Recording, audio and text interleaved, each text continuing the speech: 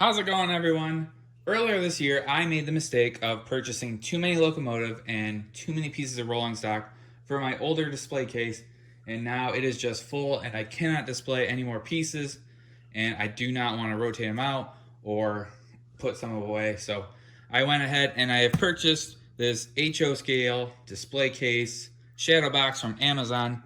So we're going to go ahead, open it up, take a look at the construction of the actual display case, take a look at the mounting of the actual display case, take a look at some of the uses, some of which will be used for the actual model trains and some more unconventional uses for the case.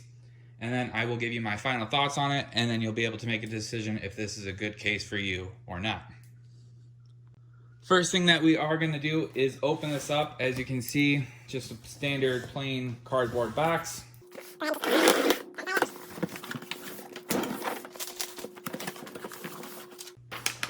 Gives you instructions on how to actually take it out of the box.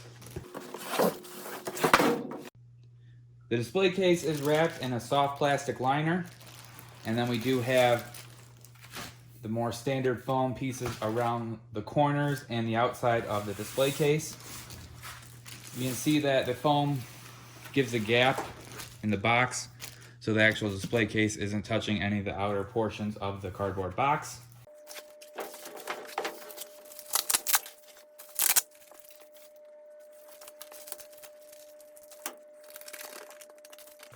So the first package we come to is instructions on how to hang it.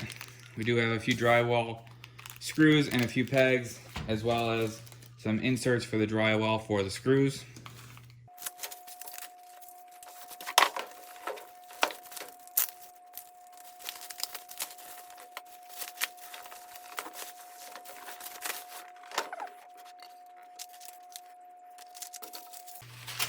Alright, so once we open up the actual display case, we do have some of these silica gel packets, instructions on how to remove the protective paper from the acrylic sheet, and then another piece of foam. And then you do see that we do have the protective sheets over both sides of the actual acrylic glass. The display case that I purchased was finished in the black stain, one of the two color options available, with the other color option being an oak stain finish. The frame is made of solid beechwood and has outer dimensions of 17 7/8 inches high, 37 inches wide, and 2 1/4 inches deep. The interior has 6 shelves that are dadoed into the side frames. The interior shelves are 2.5 inches high, 36 inches long, and 1 5/8 inches deep. The interior of the shelves has a nice black felt inner liner, as well as to help provide a nice backing material and help protect the models as well. The outside of the door has a nice finished trim piece, and a large piece of acrylic is glued to the inside of the door frame. The advertisement on the website says the acrylic sheet blocks 98% of UV light, so this case should really help slow down the fading of models over the course of their lifetime, as well as keeping them in a dust-free environment. There are 3 brass-colored hinge pieces on the top of the shadow box and 2 brass-colored locking mechanisms to securely hold the door in place. Contrary to the Amazon webpage, the display case does not actually lock with a key, but does lock to prevent the door from swinging open. The back of the shadow box does have an unfinished particle board material with several smaller brass screws mounted into the shelves for support for the heavy modelers on the inside of the shelves. The back of the shadow box comes with 4 brass sawtooth hangers positioned about 8 inches from one another for good mounting positions against interior wall studs. There are several additional pieces that are included to mount the shadow box. There's 8 1.25-inch drywall screws, 8 drywall anchors for the screws, and 4 flush-mounted hangers. The ideal mounting situation would be inserting 2 flush mounts into the wall studs and 2 flush mounts with drywall anchors, so all 4 tooth hangers have support. I would recommend placing the flush mount hangers with third-party ones, as the distance between the 2 screw holes in the flush mounts are about 1.25 inches, so even if you're perfectly on center on the interior studs, neither of the screws will get a good bite into the stud, and you may have some issues with that. Another good option if the shadow box cannot be aligned perfectly with the interior studs is to mount the flush mounted hangers onto a smaller board, say a 1x4, and then secure the 1x4 into the interior studs where needed. This method does require larger third-party screws. I would use a 3-inch or larger wood screw, and would require 2 mounting boards to properly keep the shadow box laying flat against the support boards.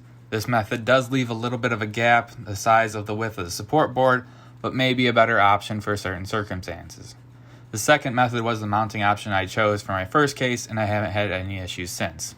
The primary use for this shadow box is the storage of HO scale model trains, but can be used for several other display items. First, we'll look at the HO scale model trains. The interior length is 36 inches, so in HO scale feet, this is 261 scale feet of lateral length.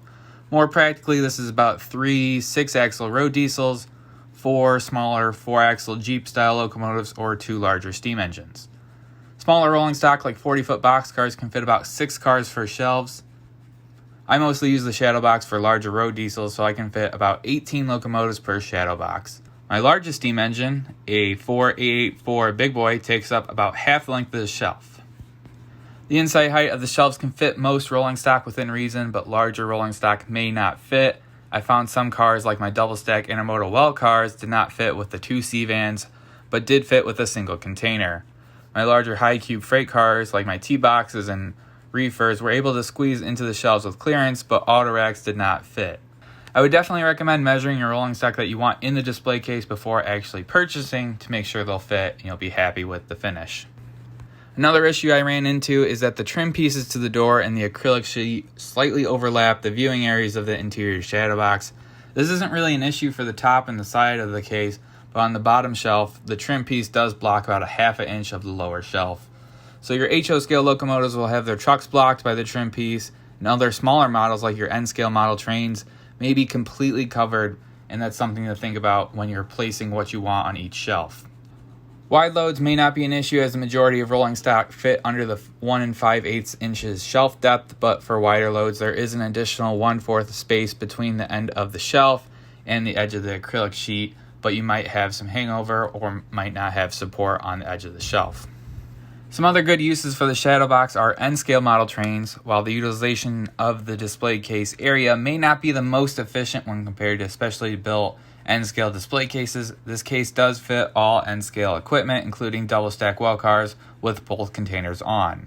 A special note is that the 2 N-scale trains side by side is still narrower than the width of the shelf, so I found that adding a 1/2 inch by 1/2 inch piece of wood as a platform for the further back train raised it enough over the front one, and that basically doubled the amount of available space for my N-scale equipment. Some other options may include Hot Wheels, Matchbox, or 1/64 scale cars. Once again, the utilization of the provided space may not be the best compared to 1/64 scale car cases, but if you're looking for a high quality professional looking display case, then this may be the answer for you. One other issue I ran into is when loading or unloading models into the display case. There is no hydraulic arms or stops on the doorway, so the door must be held open while loading and unloading models. This may not be an issue for rolling stock and diesel locomotives, as one hand can be used to hold the door open while the other hand loads the display case. But larger locomotives and multiple unit cars may require the help of a second person. For example, loading my Big Boy, I need 2 hands to hold the locomotive and the tender, so a second person needs to hold the door open for me. Other models like multiple unit intermodal cars or articulated coaches may also have the same issue.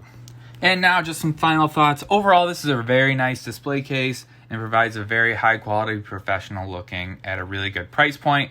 I'm pretty moderate at a woodworking skill level, and to build a case like this with all the stain and the fixtures at this price point would be pretty difficult, especially since I just have to buy it, it shows up, and I hang it up, and the longest thing I have to do is wait for it to ship to my house.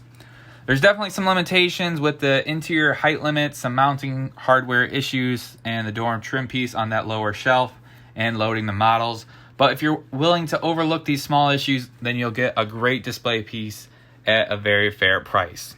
So that's all I got for you guys right now. Tell me what you guys think, if this looks like a good display piece or not. I definitely recommend the case. I've bought 2 so far, and when I plan on finishing the basement, I'm going to get some more for a more professional way to show off my model trains. So thanks for watching. Comment, rate, subscribe, and we will see you next time.